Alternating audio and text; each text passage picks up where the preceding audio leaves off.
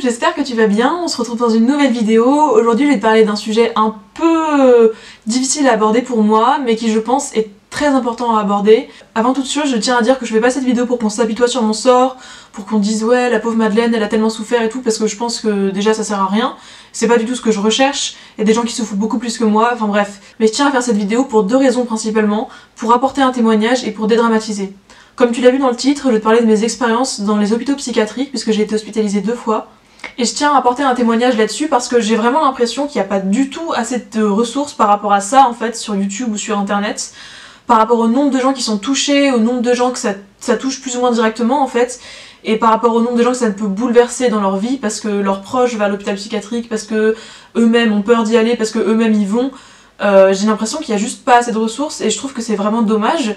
Soit on tombe sur des documentaires un peu flippants et qui décrivent pas tellement la réalité, je trouve, soit on n'a pas beaucoup de choix et on a très peu de ressources. De plus, j'ai l'impression que le sujet des hôpitaux psychiatriques ou des HP, je dirais HP dans cette vidéo parce que c'est juste plus rapide, est plutôt tabou, du moins épineux. C'est un sujet dont on n'ose pas trop parler, et moi y compris, pendant longtemps j'ai pas du tout osé en parler. D'ailleurs aujourd'hui encore, je rechigne un peu à en parler, et là j'en parle devant une caméra, mais concrètement si je devais raconter tout ce que j'ai vécu à tous mes amis, j'aurais peut-être un peu de mal. Mais alors que en vrai, même si c'est pas un sujet léger et amusant, je pense qu'il est nécessaire d'en parler pour informer les gens et pour dédramatiser un peu la chose. Et on en arrive au deuxième point du pourquoi je veux faire cette vidéo. Je veux faire cette vidéo parce que ça a été assez douloureux pour moi de pas pouvoir en parler en fait. Je dis pas que c'est de la faute de mon entourage, au contraire ils étaient très à l'écoute et très gentils avec moi.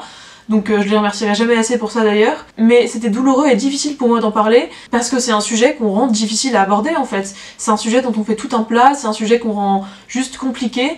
Et alors qu'en réalité c'est pas si compliqué que ça et c'est pas si difficile que ça à aborder une fois qu'on a sauté le pas quoi. Je pense qu'on a peur d'en parler aussi parce qu'on a peur des jugements des gens, ou alors de toucher un sujet trop sensible. Par rapport au jugement, je pense qu'il faut juste s'en foutre. Je dis ça vraiment sérieusement, après j'imagine que c'est facile à dire entre guillemets pour moi qui poste des vidéos sur YouTube etc, de dire ouais je m'en fous, bon voilà c'est plus facile à dire qu'à faire. Effectivement c'est plus facile à dire qu'à faire, mais en même temps je vois pas tellement ce que je peux dire d'autre, juste essayer de se dire bon bah les gens, faut juste que je les écoute pas en fait, parce que si j'ai des gens qui me jugent autour de moi, qui sont pas bienveillants, bah c'est pas des personnes avec qui je devrais être, comme je l'ai dit dans ma vidéo sur les psychologues. Si t'as des gens qui te jugent autour de toi à cause de ta santé mentale, fuis-les quoi, fuis-les, c'est juste pas des gens cool. Et par rapport au fait de toucher un sujet trop sensible, je pense qu'au contraire il faut toucher au sujet sensible, il faut en parler, il faut en discuter entre nous et que ça devienne plus des sujets sensibles, parce que à mon avis s'ils sont sensibles c'est pour une raison. Et c'est pas juste parce qu'on s'est dit oh ça va être marrant de faire des sujets un peu tabous quoi, parce que c'est des sujets qui sont compliqués à aborder parce qu'ils nous touchent. Et tout ce qui nous touche, comme j'ai dit dans ma vidéo sur le fait d'être amoureux, j'arrête pas de faire des références à mes vidéos, là faut que j'arrête. Mais bref, tout ce qui est à l'intérieur de nous, je pense que c'est assez difficile de l'exprimer. Et du coup je pense que c'est pour ça aussi que c'est aussi difficile de parler de santé mentale, c'est parce que c'est des choses qui sont enfouies au fond de nous. Mais je pense qu'aujourd'hui il faudrait arrêter avec ça, casser un peu ce tabou. Et c'est pour ça que je fais cette vidéo, que je mets les pieds dans le plat. J'ai été hospitalisée 2 fois, je vais te raconter aujourd'hui comment ça s'est passé, pourquoi, qu'est-ce que j'en ai tiré, etc. Cette vidéo est donc destinée à tout le monde, aussi bien aux personnes hospitalisées qu'à leurs proches, qu'aux personnes n'ayant aucun lien avec les HP mais qui souhaitent juste s'informer, et bravo d'ailleurs c'est une super initiative. Bon, maintenant je vais te parler un peu de mon histoire. Je te conseille de prendre un thé ou une infusion comme moi avec ma tasse Princesse Mononoke. C'est mon film préféré. Bref. Je te conseille de prendre un thé ou un truc à boire, à manger, parce que je pense que ça va vraiment être long. Donc mon histoire, pour contextualiser un petit peu la chose, il faut savoir que je suis suivie à la maison de Solène, ou la maison des adolescents, c'est le même nom. Donc c'est une structure à Paris qui prend en charge les adolescents et les jeunes adultes, depuis à peu près mars 2018. J'ai changé de psy plusieurs fois, j'ai changé de psychologue aussi plusieurs fois parce que je vois des psychologues en plus de mes psychiatres. Je te conseille d'aller voir la vidéo que j'ai faite sur le fait de voir des psys, parce que je pense qu'elle éclairera pas mal de questions par rapport à ce que c'est qu'un psy, une psychologue, un psychiatre, etc. Et il y a des choses dont je vais parler dans cette vidéo que j'ai expliquées plus tôt dans l'autre vidéo. Donc je te conseille d'aller la voir si jamais ce n'est pas encore fait. Donc pour parler un peu de mon histoire, il faut savoir que je suis suivie à la maison de Solène, ou la maison des adolescents, c'est le même nom pour une même structure, depuis mars 2018, donc c'est une structure qui prend en charge les adolescents, les enfants et les jeunes adultes. J'ai changé plusieurs fois de psy à ce moment-là, de psychiatre j'entends. J'ai aussi changé de psychologue parce que y en a une avec qui ça s'est pas super bien passé. Et donc en avril 2019, je suis suivie par mon psychiatre et ma psychologue.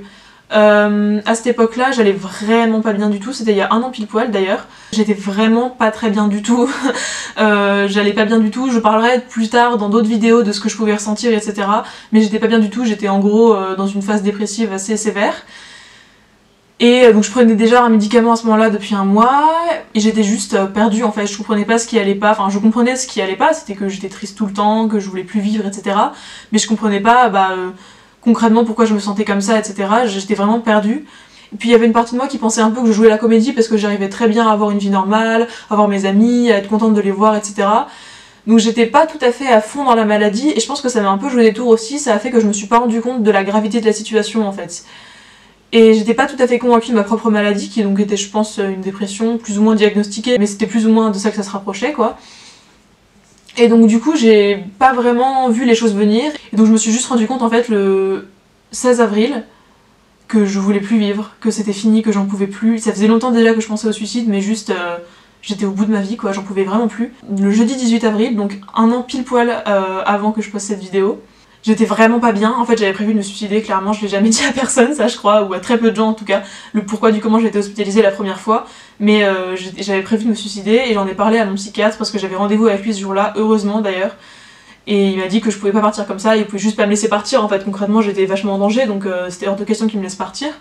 Donc là il a appelé différentes structures, il a appelé un CAC, c'est-à-dire un centre d'accueil et de crise. C'est une structure qui a pour rôle de prendre en charge les gens qui sont dans des crises suicidaires, des choses comme ça. Et donc il a appelé ces structures-là pour moi. Il se trouve qu'il n'y avait plus de place dans le CAC de mon arrondissement, du coup on a attendu un petit moment, je crois qu'on a attendu 1 ou 2 heures là-bas, j'étais super angoissée, c'était vraiment pas un chouette moment. Et puis après, il nous a envoyé aux urgences de Sainte-Anne, donc aux urgences psychiatriques, on y a passé 6 heures. Là j'ai vu plusieurs personnes, donc une infirmière, un interne, une psychiatre. J'ai fait une sieste, c'était très chouette. Et puis j'ai été transférée dans un bâtiment. Et là en fait, moi je pensais que j'allais rester là-bas quelques jours, qu'après j'allais sortir, donc je demande quand est-ce que je sors en fait, parce que je pensais aller au CAC, et le CAC c'est une structure qui prend en charge les gens pendant quelques jours quoi. Donc je demande quand est-ce que je sors, et on me fait tu vas pas sortir tout de suite en fait, qu'est-ce que tu racontes là? Et j'étais là mais attends quoi? Je vais être hospitalisée à Sainte-Anne? Waouh quoi! J'ai capoté comme dirait les Québécois. J'ai vraiment cette expression là qui est venue dans ma tête à ce moment là, désolée. Mais vraiment j'ai un peu pété un câble, je me suis dit mais waouh quoi, je m'attendais pas à ça. J'étais juste pas prête psychologiquement quoi. Et du coup moi je connaissais pas trop et j'étais là mais comment ça va se passer en fait? What? Qu'est-ce que c'est que cette histoire? Et en fait ça s'est très bien passé. J'ai passé 1 mois et demi là-bas, donc c'est quand même long et c'est en même temps rapide en fait. On se rend pas compte du temps qui passe dans ces moments-là. Je réalise pas du tout quand j'y repense en fait que j'ai passé 1 mois et demi là-bas, je comprends pas à quel point c'est long. Et j'ai passé les 15 premiers jours enfermée, c'est-à-dire que j'avais le droit de sortir dans un petit jardin clôturé, mais j'avais pas le droit d'accéder au parc de l'hôpital qui est assez grand. Et au bout de 15 jours, j'ai pu sortir, et là j'ai jamais pris autant de plaisir à ouvrir une porte, je te jure, c'était incroyable, c'était le moment, mais genre, waouh quoi. En plus, je me souviens quand je suis sortie la première fois, il a plu, mais j'en avais rien à faire, j'ai marché quand même dans le parc, et j'étais tellement heureuse de pouvoir sortir, c'était incroyable. Et après, j'ai eu 2 permissions, au bout d'1 mois, j'ai eu 2 permissions. Donc c'est des permissions, c'est-à-dire c'est des moments, c'est des week-ends où on peut sortir pour voir sa famille, voir ses amis, etc. Et au bout d'1 mois et demi, je suis sortie. Quand je suis arrivée, j'ai eu de la chance en fait, je suis tombée sur des gens de mon âge assez vite, parce que j'étais dans un service pour adultes, donc je savais pas trop si j'allais tomber sur des gens de mon âge, et en fait il y avait des gens de plus ou moins mon âge, quoi, qui avaient entre 20 et 30 ans. Du coup je me suis vachement fait amie avec eux, et d'ailleurs il y en a un à qui je parle toujours. Et ça m'a fait beaucoup de bien je pense de pouvoir parler avec eux, d'autant plus qu'ils étaient assez cash dans ce qu'ils disaient. Et du coup c'était assez direct comme échange et on n'avait pas trop besoin de se prendre la tête sur qu'est-ce qu'on allait dire sur notre maladie ou pas, c'était très cool comme ambiance, même si on était tous hospitalisés donc c'était pas très cool du tout en fait, mais il y avait quand même une bonne ambiance entre nous, c'était quand même sympa d'être avec eux. Après on peut se demander un peu comment se passaient les journées, le petit déj est à 8h30, le déjeuner à midi et le repas du soir il est à 18h30. Donc c'est quand même assez tôt et en fait on n'a rien à faire ou très peu de choses à faire. Il y a beaucoup de gens qui passent leur temps à dormir donc c'est un peu difficile quand même à voir. Enfin moi je sais quand j'ai réalisé ça je me disais mais les pauvres en fait c'est pas cool pour eux. Et puis c'est long quoi, le temps est très long. En fait le temps c'est bizarre comme le temps est déformé dans cette structure là. Enfin c'est mon impression en tout cas. Parce que j'avais l'impression que le temps était à la fois super long et en même temps les journées passaient comme ça, je me rendais pas compte. Et le mois et demi que j'ai passé là-bas, je ne l'ai juste pas vu passer en fait. Alors que le temps était super long, je sais pas comment expliquer ça. Et en fait c'est assez étonnant comme on appréhende le temps dans ce genre de structure parce qu'on l'appréhende plus comme une ressource qu'il faut économiser parce qu'on n'a jamais de temps pour faire tout ce qu'on veut faire, etc. Là c'est vraiment j'espère que le temps va passer vite quoi. Et c'est un peu le contraire de ce qu'on a l'habitude de penser avec le temps. Enfin, moi je sais que personnellement dans ma vie de tous les jours, j'ai envie de me dire j'aimerais avoir 24 heures de plus dans une journée pour faire tout ce que j'ai à faire quoi. Et enfin, peut-être pas pendant le confinement, mais ça c'est un autre sujet. Mais par contre à l'hôpital c'était vraiment mais faites que le temps passe le plus vite possible, j'en ai marre d'être ici, je veux sortir. Bon je pensais pas ça au début mais globalement c'était ça quoi, c'était faites que le temps passe le plus vite possible parce que plus le temps passe et aussi plus on sait qu'on va aller mieux quoi généralement. Et cette relation un peu bizarre au temps elle marque, c'est-à-dire que après le séjour j'ai eu pendant quelques mois cette sensation un peu angoissante de pas savoir quoi faire avec mon temps tellement j'en avais. Ça avait sûrement aussi à voir avec le fait que j'étais en vacances mais oui sûrement quand même les deux sont liés, mais je sais pas quand on est en vacances on a envie de faire des choses quoi et moi j'étais juste là mais qu'est-ce que je fais de mon temps, je sais pas quoi faire et je pense que ça vient de l'hôpital, que c'était juste un peu des séquelles du truc qui m'ont marqué quoi, que je savais pas quoi faire et j'étais paumée par rapport à tout ce temps dont je disposais, j'espérais juste qu'il passe le plus vite possible quoi. Au niveau du suivi médical, déjà il faut savoir que j'avais des médicaments, j'avais du Seresta, de l'aripiprazole et de l'Imovan. Le Seresta c'est un anxiolytique, l'Imovan c'est un somnifère et l'aripiprazole c'est un neuroleptique. J'en avais matin et soir, 2 fois le soir d'ailleurs. Et tout le monde en prend en fait là-bas, tout le monde prend des médicaments donc c'est un truc qui est totalement banal et c'est ça aussi qui m'a permis de un peu banaliser le fait de prendre des médicaments, je sais pas si c'est une bonne chose ou pas, mais en tout cas ça a fait cet effet là sur moi que maintenant je prends des médicaments, je m'en fous, je l'assume devant tout le monde et y a aucun souci par rapport à ça. Et puis j'ai vu des gens prendre tellement de comprimés, tellement de médicaments différents qu'il y a un moment ça m'a fait relativiser aussi par rapport à ce que je prenais moi, je prenais vraiment pas grand chose par rapport à eux, il y a des trucs sous forme d'injection, sous forme de gouttes, des choses qu'on n'imagine juste pas quoi. Et ça fait relativiser je trouve par rapport à... Enfin moi en tout cas ça m'a fait relativiser par rapport à ce que je prenais comme médicament parce qu'à l'époque je me disais waouh je prends un médicament c'est la folie et tout alors qu'en fait faut pas faire du fait qu'on prend plein de médicaments une norme mais ça m'a juste fait du bien aussi de relativiser par rapport à ce que je prenais moi. Ensuite au niveau du personnel médical que j'ai pu rencontrer, j'ai rencontré des psychiatres, des infirmiers, des aides-soignants, des ergothérapeutes, je reviendrai sur ce que c'est que l'ergothérapie plus tard, et un assistant social. Il faut savoir que dans les hôpitaux psychiatriques comme ça, il peut aussi y avoir des médecins généralistes, des spécialistes, des éducateurs spécialisés et des psychologues. Moi je les ai pas rencontrés mais je pense qu'il y en avait peut-être sur le site de Sainte-Anne, je les ai juste pas rencontrés. Les infirmiers que j'ai rencontrés étaient vraiment très gentils, ils m'ont beaucoup aidé, c'était des gens qui apportaient un soutien incroyable et ils faisaient vraiment leur métier de manière admirable, c'était des gens super et j'en garderai toujours un très bon souvenir je pense, des belles rencontres vraiment. Parler avec eux m'a beaucoup aidé et ça m'a fait comprendre plein de choses. Et eux, je pouvais leur parler un peu quand je voulais, j'allais vers eux. Enfin, j'osais pas trop aller vers eux, donc souvent c'était eux qui allaient vers moi, mais bon, bref. Et après, il y avait aussi des entretiens avec la psychiatre. Ceux-là, il y en avait une fois par semaine à peu près, et c'était toujours court, concis, on n'avait pas beaucoup de temps. On sentait qu'elle avait d'autres patients et qu'elle avait plein d'autres choses à gérer que moi quoi, et franchement je la comprends parce qu'elle devait être débordée, enfin Sainte-Anne c'est quand même une grosse structure donc je pense qu'elle avait beaucoup de monde à gérer. Ensuite il y avait des activités, donc par exemple il y avait l'ergothérapie. L'ergothérapie c'est une activité qui a pour but de rendre son autonomie au patient et donc ça passe par plein de médias différents et il se trouve que à Sainte-Anne ça passait par le média artistique donc en fait on avait plein de ressources à notre disposition, on avait de quoi dessiner, de quoi peindre, de quoi écrire.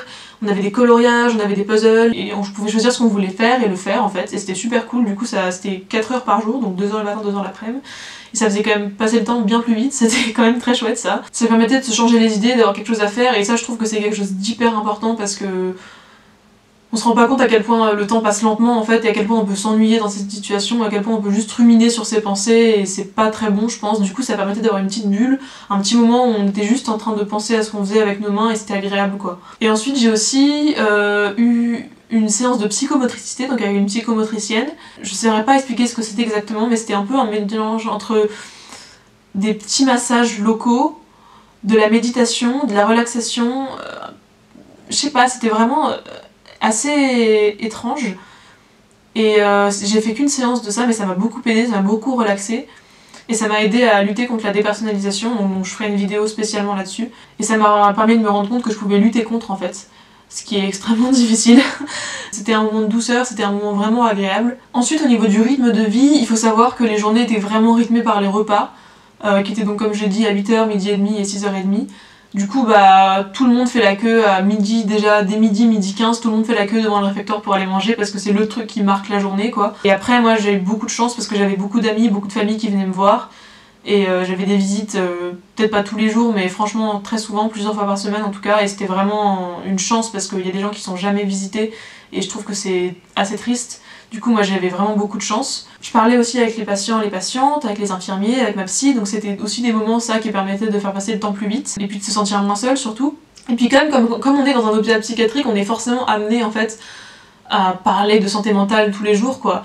Et ça permet d'en faire un sujet beaucoup plus abordable, de se sentir beaucoup moins seul face à la maladie, face à notre mal-être, et de juste se dire bon bah ok quoi, je peux en parler avec des gens, c'est normal, c'est pas grave, et ça fait tellement de bien, c'est tellement bénéfique je trouve comme situation que pour rien au monde je regretterais d'être allée là-bas quoi. Après malgré les visites et les discussions entre patients, patientes, etc., le rythme de vie est quand même vachement dicté par l'hôpital, comme je l'ai dit, plutôt par les repas et par la prise de médicaments qui se font entre 3 et 4 fois par jour, ça dépend des gens.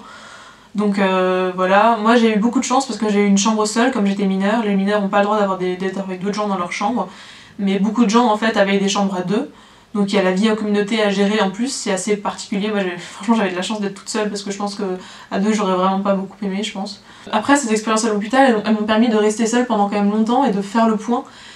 Et c'était bon pour moi je pense, c'était bon parce que j'avais besoin de réfléchir un peu à ce que je ressentais, de réfléchir à tout ça et je pense que même si je me sentais parfois seule, ça m'a fait du bien de ressentir cette solitude pour me dire bon ça va maintenant ça y est je suis toute seule, je peux prendre mes marques, je peux faire les choses tranquillement comme je veux dans ma tête et je peux juste me reposer et reposer mon esprit et être tranquille pendant un petit moment pour me repérer et à nouveau reconstruire des choses qui sont saines dans mon esprit. Après il y avait aussi la question de garder le lien avec ses proches. Je pense que je ferai une vidéo spécialement là-dessus sur comment garder le lien avec ses proches quand on va mal. Mais à l'hôpital c'est quand même assez particulier parce qu'on peut plus voir ses proches en fait. Et c'est pas évident de garder le lien avec eux déjà normalement quand on va pas bien, mais alors en plus quand on est éloigné du monde en fait c'est pas évident. Surtout que moi à l'époque à part voir mes amis je voulais voir pas beaucoup de monde quoi. Je sais que j'ai eu beaucoup de chance que ma famille vienne me voir mais je tenais vraiment pas à ce qu'ils viennent me voir à l'époque. J'étais très ingrate. Et du coup ouais je me rends compte maintenant que j'ai eu beaucoup de chance que ma famille vienne me voir. Je pense que ce qui est important en fait c'est l'envie de garder le lien avec ses proches plus que le lien en lui-même parce que de toute façon on est coupé de ses proches quand on est à l'hôpital psychiatrique. Donc je pense qu'il vaut mieux envoyer des messages quand on a son téléphone parce qu'il y a des gens qui n'ont pas leur téléphone, envoyer des messages, appeler, essayer de faire en sorte qu'ils viennent souvent, mais surtout penser à eux et leur faire comprendre qu'on pense à eux. Je pense que ça c'est super important parce que de toute façon en fait on est coupé d'eux, forcément on est seul, on mange plus avec eux, on les voit qu'une fois de temps en temps, mais ça reste quand même très différent de quand on vit avec eux par exemple. Donc je pense que c'est important de montrer à ses proches qu'on pense quand même à eux même si on va pas bien et qu'on va se remettre de cette épreuve en fait. Ensuite, j'aimerais parler un peu des relations là-bas, de comment elles se déroulent, non pas des relations avec nos proches qu'on a gardées en dehors de l'hôpital, mais bien des relations entre patients et patientes, parce qu'en fait, elles se déroulent de manière très différente de celle de la vie de tous les jours. C'est plus rapide, plus intense et plus vrai, j'ai l'impression, en fait. Parce qu'on se dit les choses de manière tellement plus cash, en fait, que on n'a plus le filtre de la vie sociale, de paraître bien, droit, dans ses cases, de pas aller mal et tout. Là, on sait qu'on va mal en fait, alors foutu pour foutu, autant en parler quoi. Et je trouve que ça fait du bien d'être comme ça en fait. C'est aussi pour ça, je pense que je fais des vidéos sur la santé mentale, c'est que ça me fait du bien d'en parler, ça me fait du bien d'avoir des retours de gens autour de moi qui me disent ah ouais ta vidéo elle m'a fait réfléchir à ça, etc. Je trouve que c'est super important et super intéressant. Et du coup, être dans cette situation là où on peut en parler comme ça sans se cacher, je trouve que c'est vachement cool quoi. Et du coup il y a des gens qui se sont confiés à moi, qui m'ont dit ouais bah moi j'ai telle maladie, je le ressens comme ça, je le vis comme ça, et j'étais là mais pourquoi est-ce que dans la vie de tous les jours on peut pas en parler comme ça en fait? Pourquoi est-ce qu'on fait de ces maladies mentales une honte? Je cherche toujours d'ailleurs, j'ai toujours pas compris. Et en même temps c'est assez particulier parce qu'on est beaucoup plus vrai et c'est beaucoup plus intense. Et en même temps, on s'attache moins parce qu'on sait que les gens peuvent partir du jour au lendemain, parce qu'on sort assez vite en réalité de cet endroit. Enfin, je dis pas qu'on sort vite dans le sens où on sort au bout de 2 semaines, je dis qu'on sort vite dans le sens où la sortie, on prévient 2 jours avant qu'on va sortir, quoi. Donc du coup, moi j'ai appris à moins m'attacher aussi parce que j'ai compris qu'en fait les gens ils partaient vite, et la première fois que mes amis sont partis, là, parce qu'on était une petite bande au tout début, la première fois qu'ils sont tous partis, parce qu'ils sont partis quasiment tous en même temps, je me suis sentie assez terrible, mais en vrai ça s'est super bien passé après, et j'ai retrouvé d'autres gens avec qui je suis toujours amie aujourd'hui, d'ailleurs s'ils passent par là, coucou. Mais du coup voilà, c'est petite histoire des gens que j'ai rencontrés à Sainte-Anne. Et puis j'ai appris beaucoup de choses aussi dans l'ensemble de l'hôpital, j'ai appris déjà à dédramatiser les maladies mentales, parce que côtoyer des personnes schizophrènes, bipolaires et dépressives tous les jours, ça fait qu'à un moment tu changes juste de regard sur ces maladies-là en fait. Et ça fait réaliser que finalement ces personnes sont comme nous, et qu'on n'est pas tout seul dans les maladies ou dans notre mal-être. Et ça c'est vachement important, enfin je veux dire, j'ai parlé avec des gens qui étaient schizophrènes, des gens qui étaient bipolaires, etc. Et qui étaient vraiment comme des gens normaux en fait, j'aurais jamais deviné qu'ils étaient malades, et Et même j'ai aussi parlé avec des gens qui étaient vraiment entre guillemets fous, c'est-à-dire qu'ils avaient des propos irrationnels, vous ne comprenez pas ce qu'ils disaient, etc.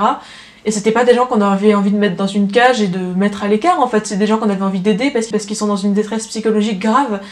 Et donc je pense que ça permet aussi de relativiser un petit peu et de dédramatiser tout ce qui est autour de la santé mentale encore plus qu'en allant voir des psys, etc. Parce qu'on est confronté à ces choses-là immédiatement et qu'on est juste obligé de se dire bon bah je vais vivre avec pendant 1 mois et demi, c'est comme ça, autant faire de ces choses-là des choses qu'on accepte quoi. Ça m'a aussi fait du bien d'être coupée du monde de la sorte parce que c'est une espèce de bulle en fait, à l'écart du travail, des tracas quotidiens, de la pression, de la société. Et ça fait beaucoup moins d'attente, beaucoup moins de tension en fait. On en ressort plus frais et mieux dans sa peau, je pense. En tout cas, moi, c'est ce que j'ai ressenti. Et ça permet aussi de réfléchir beaucoup sur soi-même, en fait.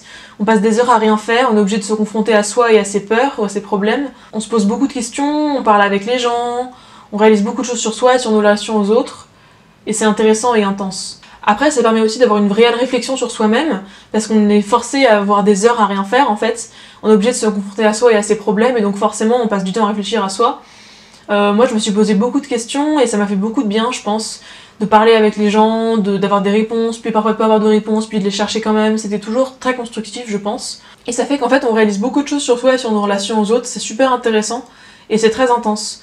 Et ça m'a fait beaucoup de bien, je pense aussi dans l'hospitalisation, c'est ce moment un peu de recueillement et le moment où on peut juste se dire bon, je prends du temps pour moi, je prends du temps pour réfléchir à ce que je ressens et ça fait du bien quoi. Donc comme je te l'ai dit plus tôt, je suis restée hospitalisée pour la première fois 1 mois et demi et la deuxième fois je suis restée 3 semaines et je ferai une vidéo spécialement dédiée à cette hospitalisation là qui était un peu particulière. Mais globalement je dirais les mêmes choses de ces 2 hospitalisations là, tout ce que je viens de te dire. Aujourd'hui je suis assez contente, entre gros guillemets, mais je sais pas trop comment dire ça autrement en fait, d'avoir pu aller là-bas. Ça m'a fait du bien, ça m'a fait réfléchir sur beaucoup de choses, ça m'a littéralement sauvé la vie. Après je dirais pas jusqu'à dire que je suis guérie parce que je vois pas trop ce que ça veut dire en réalité. Et puis j'ai encore des difficultés, mais l'hôpital ça a quand même changé beaucoup de choses en moi. Et je suis heureuse de m'être fait des amis là-bas, de continuer à les voir, etc. Donc je pense que c'est une chance pour moi d'avoir pu aller là-bas et je remercierai jamais assez le psychiatre qui m'a adressé aux urgences de Sainte-Anne le premier jour. Donc voilà, cette vidéo est maintenant terminée, j'espère qu'elle t'aura plu, j'espère qu'elle n'était pas trop longue. En attendant, je te souhaite de passer une bonne journée, un bon après-midi, une bonne soirée, tout ce que tu veux, et puis je te dis à très bientôt pour une prochaine vidéo. Ciao! Ça enregistre bien là, j'ai trop peur que ça enregistre pas. Je suis traumatisée. Oh ouais! Oh oui, c'est trop une bonne idée! Oh trop bonne idée! Pfiou!